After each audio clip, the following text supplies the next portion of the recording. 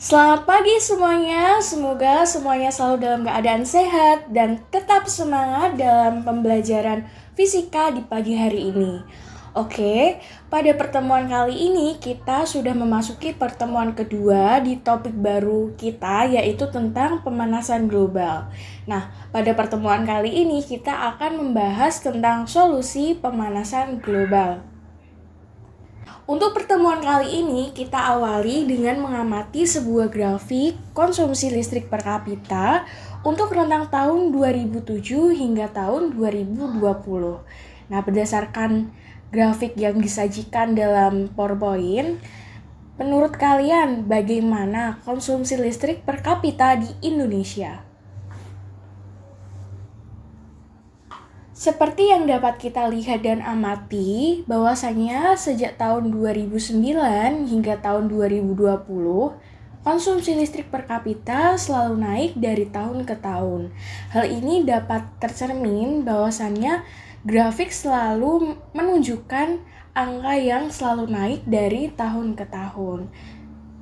Nah, dapat kita amati pula pada tahun 2020 konsumsi listrik per kapita di Indonesia sudah mencapai hampir menyentuh angka 1,2 kW per kapita.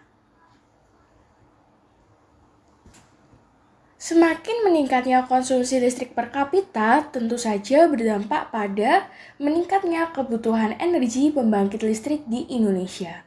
Nah, itu baru dari pembangkit listrik. Lalu bagaimana dengan sektor lainnya?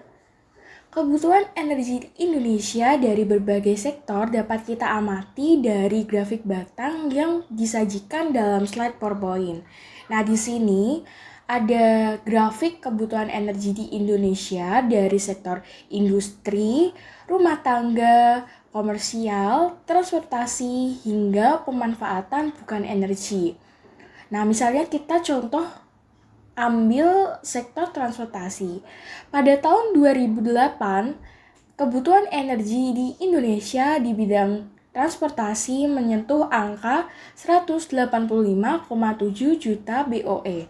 Tetapi angka ini selalu naik dari tahun ke tahun dan hingga pada tahun 2017 sudah menyentuh angka 361,7 juta BOE. Nah, berarti pada setiap tahunnya kebutuhan energi di bidang transportasi di Indonesia selalu naik dari tahun ke tahun. Nah, hal ini juga terjadi pada bidang komersial dan rumah tangga. Kita amati misalnya rumah tangga. Pada tahun 2008, kebutuhan energi di sektor rumah tangga menyentuh angka 84,5 juta BOE. Tetapi angka ini turun pada tahun 2009 dan naik pada tahun 2010, 2011, 2012, 2013, 2014, 2015, 2016, dan 2017 hingga menyentuh angka 120 juta BOE. Dari yang semula 84,5 dan mencapai 120. Nah, jika kita amati pula untuk konsumsi energi final dari sektor-sektor tersebut, kita dapat amati bahwasannya angkanya ini naik pada tahun 2008 hingga tahun 2012 dan turun begitu pada tahun selanjutnya. Nah, penggunaan energi secara berlebihan tentu dapat meningkatkan hasil dari pemanasan global. Seperti yang kita pelajari pada pertemuan sebelumnya, bahwasannya kegiatan industri atau kegiatan-kegiatan yang dilakukan secara berlebihan tentu saja dapat menghasilkan emisi karbon yang menjadi salah satu penyumbang gas rumah kaca di atmosfer. Misalnya ada sektor industri, ada sektor transportasi, ada penggunaan energi dari rumah tangga, misalnya penggunaan AC atau penggunaan listrik yang secara berlebihan. Nah, bagaimana sih cara untuk mengurangi dampak dari pemanasan global?